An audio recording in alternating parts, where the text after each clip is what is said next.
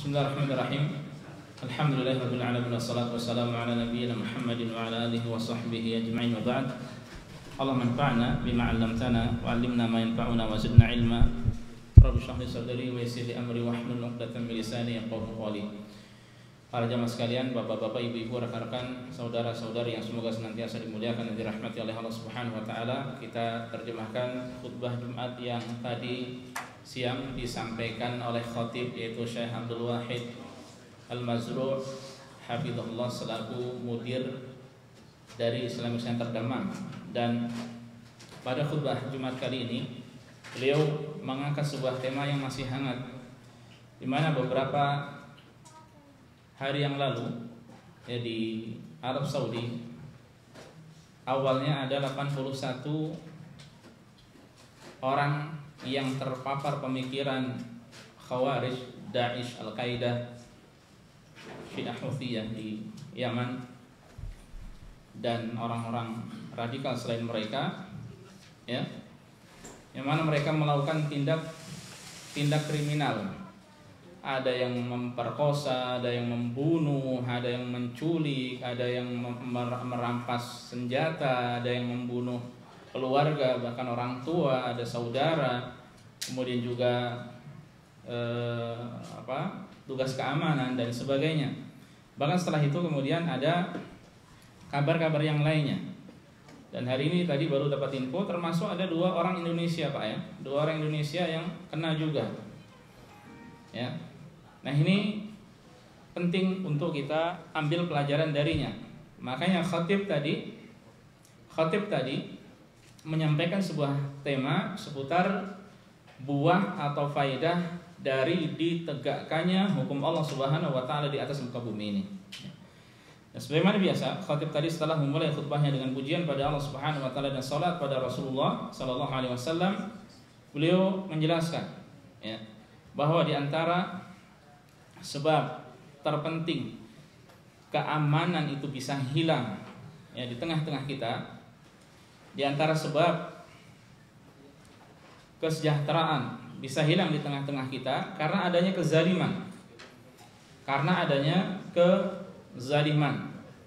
Dan kezaliman yang paling besar adalah syirik pada Allah Subhanahu wa taala, ya. Allah mengatakan alladzina amanu wa lam yalbisu imanahum bidzulmin ulaika lahumul amnu wa hum muhtadun.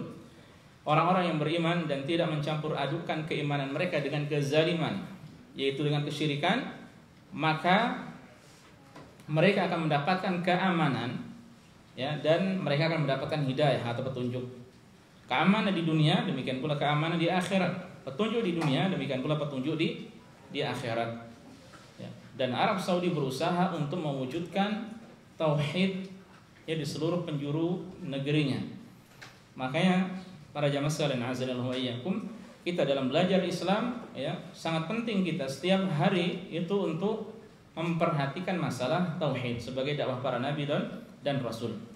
Kemudian sebagaimana di antara sebab terwujudkannya keamanan di suatu negara, suatu negeri adalah ketika hukuman-hukuman yang telah Allah syariatkan itu dipraktekkan, ditegakkan, ya, ditegakkan bagi orang-orang yang melakukan kerusakan di atas muka bumi ini, ya, bagi orang-orang yang melakukan tindakan kejahatan kriminalitas, ya.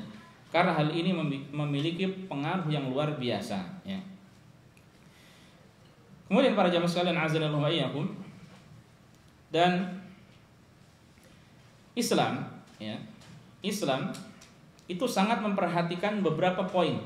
Di antaranya adalah menjaga jiwa, menjaga harta, menjaga kehormatan, menjaga akal, ya, kemudian menjaga agama, ya, menjaga agama, dan agama yang paling utama dari yang lainnya, ya.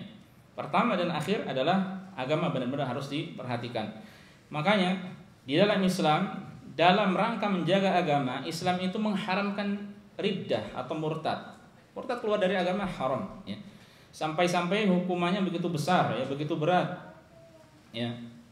Itu Rasulullah sallallahu alaihi wasallam mengatakan man baddala dinahu faqtuluh. Siapa yang merubah agamanya, hendaknya kalian membunuh orang itu, bunuh orang itu. Ya, siapa yang merubah agamanya, siapa yang murtad, bunuh orang itu. Ya, tapi ini yang menegakkan bukan person-person, bukan yayasan-yayasan, bukan lembaga-lembaga, tapi yang menegakkan adalah negara. Ya, yang menegakkan adalah negara. Ya, kalau negara memperhatikan dan menegakkan hal tersebut, ya maka itu haknya. Dan ini ada syariat di dalam Islam, hadis sahih riwayat Bukhari. Kemudian dalam rangka menjaga jiwa, Islam mengharamkan membunuh, ya, haram tanpa hak, mengguyurkan darah, bahkan mengeluarkan darah orang ya dengan pukul, dengan melempar suatu benda atau dengan senjata. Ini haram di dalam Islam, ya. Dan ancaman bagi orang yang membunuh dengan sengaja itu sangat-sangat berat. Di dalam surat An-Nisa ayat 93 Allah Subhanahu wa taala mengatakan wa may yaqtul mu'minan muta'ammidan. Ya. Siapa yang membunuh seorang mukmin dengan sengaja, fajaza'uhu jahannam, maka balasannya adalah neraka jahanam. Ya, pertama neraka jahanam. Kedua khalidan fiha, dia kekal selama-lamanya di dalamnya, kekal di dalamnya. Wa ghadiballahu alaihi, Allah murka padanya. Wa la'anahu, Allah melaknatnya. Wa a'dalahu, dan Allah memberikan azab kepadanya dengan azaban azima, dengan siksa, dan siksa itu besar, ya. Siksa yang besar. Ini ketika orang membunuh jiwa seorang mukmin tanpa hak, tanpa sebab yang dibolehkan di dalam syariat, ya. Coba kalau kita perhatikan di tengah masyarakat, ya seakan-akan jiwa, ya, seorang itu begitu remeh, begitu hina, ya. Karena mereka tidak memahami agama, tidak memahami bahwasanya hal tersebut, ya, haram di dalam Islam. Rasulullah SAW pun menjelaskan bahwasanya membunuh jiwa itu termasuk kabirah min kabairid dzunub, salah satu dari dosa besar, ya. Mereka yang melakukan hal tersebut mereka menghalalkan, ya, selain dari golongannya mereka katakan mereka adalah kafir. Kalau kafir maka halal darahnya, hatta orang tuanya, ya. Bahkan yang di Riyadh ini kalau tidak salah ibunya yang kena, bapaknya tidak sampai terbunuh karena melarikan diri atau bagaimana. 2 atau 3 saudaranya pun kena juga, ya. Ini beberapa bulan yang lalu kabarnya. Baru sekarang ada info bahwasanya orang itu, ya, orang Saudi itu kemudian dieksekusi, ya. 81 tambah beberapa orang selanjutnya, ya. Orang Saudi, ada orang Suriah, ada orang Yaman, ya. Kemudian akhir-akhir ini juga ada orang Indonesia. Rasulullah SAW menjelaskan, ya, berkaitan dengan masalah membunuh itu yang merupakan salah satu dosa besar, ya. Beliau mengatakan ijtanibus sab'al mubiqat, jauhilah oleh kalian 7 dosa besar. Ini 5 tambah 2 ini. 7 dosa besar. Qalu ya Rasulullah wa ma hunna, wa ya Rasulullah, apa saja 7 dosa besar tersebut, ya. Pertama beliau mengatakan asyirku billah, syirik pada Allah. Lawan syirik apa? Tauhid. Nah, ini pentingnya tauhid. Dosa yang paling besar syirik, ibadah yang paling mulia adalah tauhid. Kemudian yang kedua, as-sihru, sihir. Dan di antara bentuk sihir adalah ada yang mengandung apa? Kekafiran pada Allah, demikian pula kesyirikan pada Allah Subhanahu wa taala. Kemudian ketiga, wa qatlun nafsil lati haramallahu illa bil haq, membunuh jiwa yang Allah haramkan kecuali dengan haknya. Contoh dengan haknya apa? Ya, seperti dalam peperangan ketika terjadi fitnah, naudzubillah, ya. Atau demikian pula seperti qisas, ya. Qisas dengan hak, ya. Membunuh maka hukumannya adalah dengan membunuh. Itu yang berapa tadi? Ketiga. Kemudian yang keempat, wa aklur riba. Makan riba termasuk dosa besar. Banyak dari kaum muslimin yang kurang perhatian. Wa aklu malil yatim. Yang kelima, makan harta anak yatim, ya. Ini juga termasuk dosa besar. Kemudian yang keenam, wa tawalli yaumaz zahfi, lari dari medan perang. Sudah wajib berperang ketika berkecamuk peperangan, kemudian lari dari medan perang, ini termasuk dari dosa besar. Dan yang terakhir, wa qadful muhsanat al-mu'minat al-ghafilat, menuduh wanita yang terjaga, ya, mukmin dan dia tidak paham, ya, dituduh dengan zina, ya, menuduh zina. Makanya hati-hati juga seorang ketika mudah-mudahan mengatakan ini anak zina, kamu anak zina, nuduh orang tuanya berzina. Orang nuduh berzina itu paling berat, mendatangkan 4 saksi. 4 saksi harus ke-4 yang melihat secara langsung, tidak melalui video, ya. Enggak perlu tanya rinci lagi, ya. Jadi sangat berat, ya. Makanya hati-hati lisan kita, terkadang kita mudah mengucapkan suatu lisan, tak sengaja dia atau tak sadar dia bisa membawa dirinya masuk ke dalam kerak neraka, ya.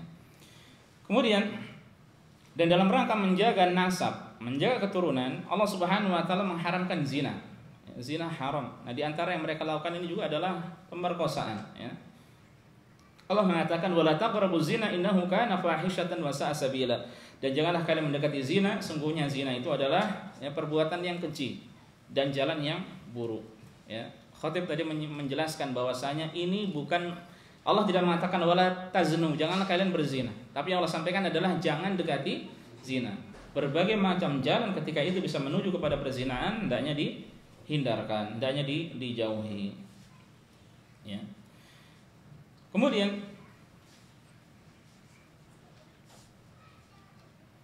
Allah Subhanahu wa taala mengatakan berkaitan masalah zina ini, ya, di dalam surat An-Nur, az-zaniyatu waz-zani fajlidu kulla wahidin minhuma mi'ata jaldah. Wanita dan laki-laki yang berzina, maka cambuklah keduanya, ya, sebanyak 100 cambukan, wala ta'khudkum bihima ra'fatun bidinillah. Dan dalam menegakkan hukum Allah hendaklah kalian tidak merasa kasihan dengan mereka, ya. Jadi ini untuk demi menegakkan hukuman Allah Subhanahu wa taala, ya.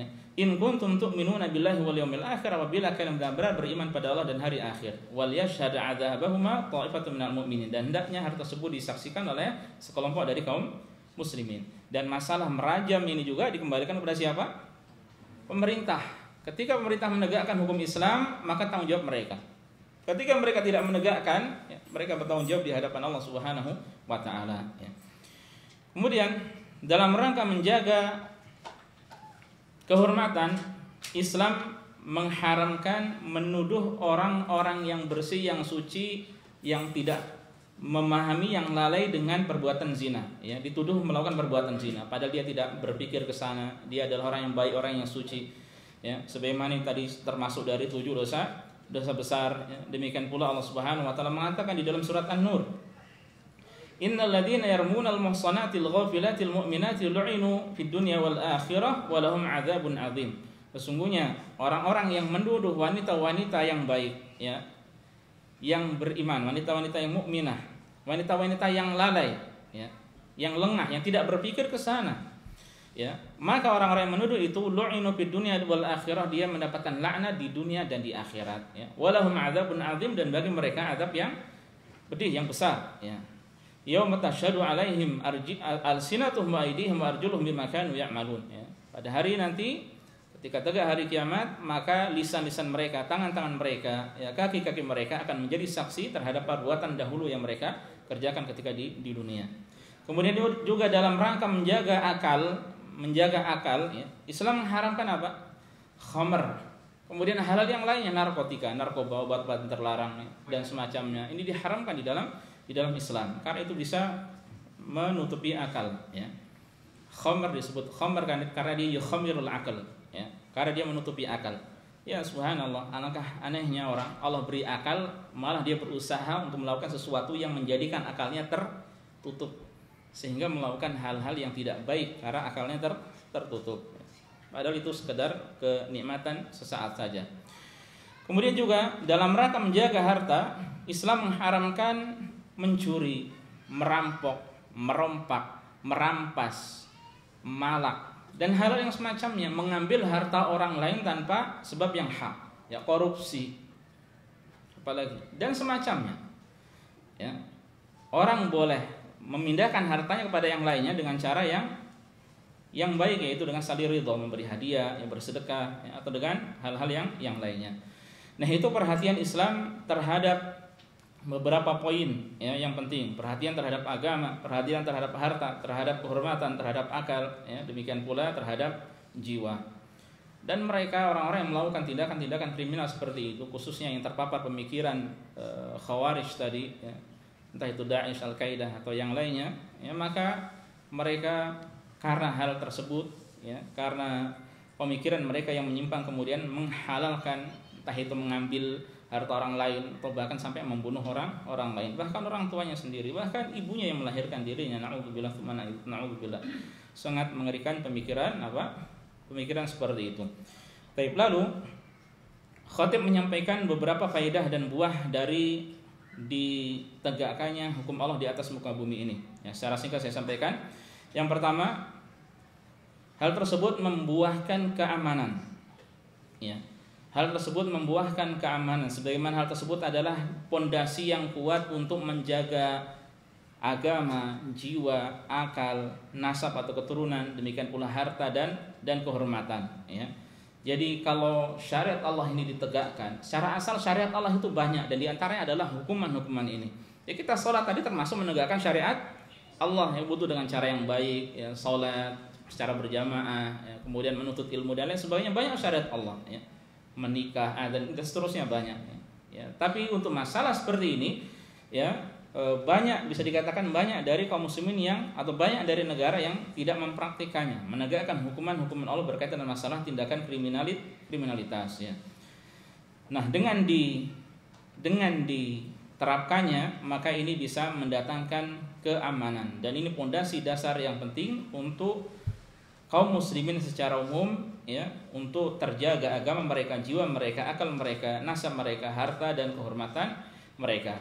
Kemudian sebagaimana hal ini sebagai pelajaran bagi orang-orang yang berbuat tindakan kriminal yang sama, ya, agar dia kapok dengan melihat tindakan seperti itu, ya, maka dia akan berpikir, kalau seandainya dia masih punya akal, akan berpikir berapa kali untuk melakukan kembali hal tersebut seandainya dia ada kesempatan untuk kembali hidup bebas, ya. Kalau tidak, ya sudah, ma'assalamah, semoga masuk surga, taubat-taubatan nasuha, ya. Kemudian juga sebagaimana di antara faedahnya, agar orang, ya, yang tidak mendapatkan hal yang sama belajar dari orang yang mendapatkan hal seperti itu, ya.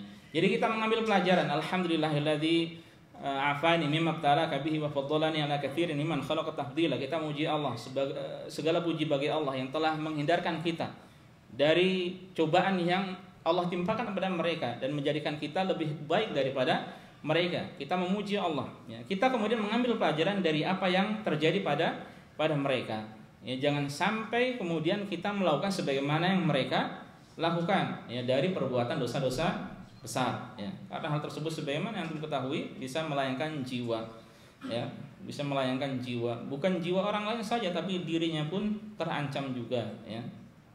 Na'udzubillah tsumma na'udzubillah.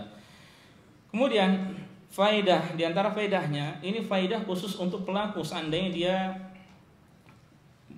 orang yang baik, ya, maksudnya dia taubat-taubatan nasuha pada Allah Subhanahu wa taala, maka hal tersebut dengan ditegakkan hukuman tersebut adalah dapat menghapuskan dosa-dosa pelaku kriminal tersebut, ya. Hal ini sebagaimana dalam sebuah hadis yang disampaikan oleh Ubadah bin Samit radhiyallahu taala anhu yang pernah mengatakan, kami pernah bersama Rasul sallallahu alaihi wasallam dalam suatu majelis. Ya, subhanallah, kebiasaan Rasul sallallahu alaihi wasallam itu duduk bermajelis sama sahabatnya. Makanya ikhlas sekalian, antum dimanapun berada, ya, kalau ada majelis yang mengajarkan Al-Quran dan hadis, datangi majelis tersebut, ya, kumpul-kumpul dengan mereka. Di sini alhamdulillah banyak majelis ilmu. Antum paham bahasa Arab sedikit, datangi, ya, itu faidah kembali pada antum, ya. Antum bisa jadi hanya nebeng sebentar, tapi bisa jadi termasuk dari orang yang mendapatkan ampunan dari Allah Subhanahu wa taala, ya. Tilqal qaum la yashqa bihim jalisuhum atau kama qala. Rasul mengatakan kaum itu yang duduk di majelis ilmu itu, ya, orang yang duduk bersama mereka tidak akan merugi. Ada bisa jadi ada orang yang datang hanya pengen nebeng saja, ya. Ada mungkin di situ ada minuman, ada makanan, kemudian dia datang, ya, alhamdulillah dapat satu rezeki. Ya, siapa tahu itu menjadi sebab hidayah bagi dirinya untuk semakin paham agama. Nah, ini kebiasaan para sahabat, itu duduk bermajelis bersama Rasulullah sallallahu alaihi wasallam. Nah, kemudian Rasul mengatakan, hendaknya kalian berbaiat padaku. Apa baiatnya? Pertama, janganlah kalian melakukan kesyirikan pada Allah, jangan mencuri, jangan berzina. Dan barang siapa yang menunaikan hal tersebut dari hal itu semuanya, maka pahalanya Allah yang menanggungnya. Dan barang siapa yang melakukan salah satu dari itu, ya, mungkin dia berzina atau demikian pula mencuri, kemudian dia ditegakkan hukuman baginya, ya, maka itu menjadi kafarah, pelebur dosa, ya. Wa man asaba min dzalika syai'an, dan siapa dari kalian yang melakukan satu dari kemaksiatan itu lalu Allah menutupinya, ya, maka kalau Allah berkehendak Allah akan mengampuninya, dan apabila Allah berkehendak maka Allah akan mengadabnya. Ya, maksudnya kalau seorang ada yang melakukan kemaksiatan, ya jadikan hal tersebut antara dirinya dengan Allah dan dia taubat nasuha pada Allah Subhanahu wa taala. Ya, tidak perlu kemudian disebarkan, disampaikan kepada orang lain. Kalau antum pahami hadis tentang dirajamnya wanita al-Ghamidiyah, ya, atau demikian pula Ma'iz, ya, Ma'az atau Ma'iz, ya, sahabat mulia Ma'iz al-Ghamidi juga kalau tidak salah. Bagaimana Rasulullah SAW berkali-kali menolaknya. Wahai Rasulullah, saya berzina, mungkin kamu hanya memegang. Wahai Rasulullah, berzina, mungkin kamu hanya sentuhan saja. Sampai berkali-kali. Ya, wanita pun demikian juga, yang wanita ketika datang. Ya, Rasulullah SAW berusaha, mungkin kamu demikian saja. Sampai tanya apakah orang ini ada sesuatu dalam akalnya, orang gila atau bagaimana? Bukan, wahai Rasulullah. Nah, kemudian sampai si wanita sudah sampai sampai lahir dulu. Sudah lahir, datang lagi dengan anaknya, wahai Rasulullah, sudah lahir. Ya, kata Rasulullah, nanti kalau dia sudah makan tidak butuh ibunya lagi. Ya, kalau butuh ASI, ya, butuh ASI, butuh kasih sayang ibunya. Kemudian sudah benar-benar datang. Ya, sekiranya tidak datang di antara waktu-waktu ini, tidak akan dicari oleh Rasulullah Sallallahu Alaihi Wasallam. Ya, makanya ya ikhlas sekalian, yang kita rentan bermaksiat pada Allah Subhanahu Wa Taala, ketika kita bermaksiat, kita tobat pada Allah dan tutupi, tidak perlu disampaikan kepada siapa. Nah, siapa yang mendapatkan hal tersebut, kemudian dia ditegakkan hukuman, maka itu menjadi kafarah baginya. Ya. Kemudian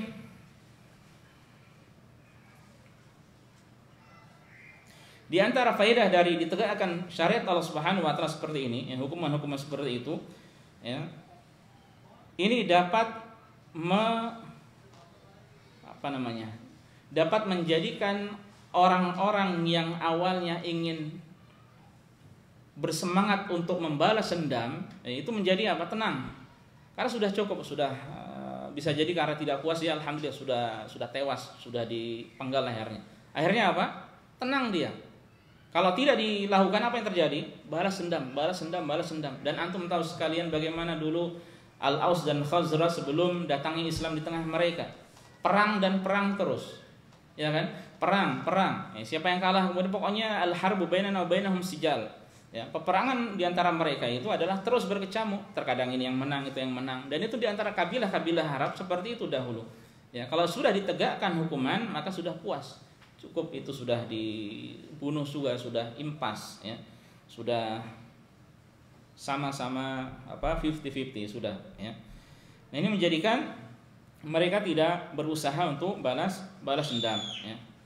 Kemudian juga, nah ini penting di tengah kita sekarang ini, bahwa dengan ditegakkan hukuman Allah seperti itu, ini menunjukkan wibawa suatu negara, ya. Pemerintahnya itu punya wibawa, ya, tidak mudah dijadikan bahan omongan. Pemerintahnya punya power, punya kekuatan. Siapa macam-macam, ini pelajarannya, ya. Makanya kalau negara kuat seperti ini, kemudian ada orang yang macam-macam, kholas. Ya. Coba untuk baca berita-berita tentang corona, ya, info-info hoax, ya, yang disebarkan baik oleh orang pribumi atau non pribumi, ekspatriat, ya, langsung ditindaklanjuti. Di antara yang saya ingat di kepala dulu ada mahasiswa S2 atau S3 di Mekah, ya, dari Pakistan, membuat info-info yang melawan Arab Saudi berkaitan dengan masalah virus corona ini. Langsung dikeluarkan. Di sini gratis, dikasih apa-apa, malah bikin nyalahkan Arab Saudi. Sudah tidak repot-repot, kita tidak butuh kamu seperti itu, kamu yang butuh, sudah dikeluarkan, beres, ya. Jadi ini negara memiliki wibawa dengan hal seperti ini. Orang tidak berani macam-macam, ya, karena ditegakkan, dan tidak ada jalan untuk menjatuhkan juga karena hal tersebut dilakukan sesuai dengan tuntunan syariat, ya. Dan Allah Subhanahu wa taala mengatakan, ya, dan ini pun dibalik itu ada kehidupan bagi mereka juga, ya, kehidupan bagi masyarakat secara umum, ya. Allah mengatakan walakum fil qisasi hayatun ya ulil albab la'allakum tattaqun, dan bagi kalian pada hukum ditegakkannya qisas itu ada kehidupan, wahai orang-orang yang berakal, agar kalian bertakwa. Jadi menjadi pelajaran sehingga orang-orang pun akan berpikir melakukan hal yang sama, akan berpikir berapa kali, 100 kali, 1000 kali dan seterusnya, ya, sehingga akhirnya orang-orang menjauhkan diri dari melakukan tindakan yang sama, ya. Nah ini ikhwas sekalian, para jamaah azanil muhayyakum, bapak-bapak, ibu-ibu, rekan-rekan yang semoga senantiasa dimuliakan, dirahmati oleh Allah Subhanahu wa taala, seputar terjemah khutbah Jumat pada kesempatan kali ini.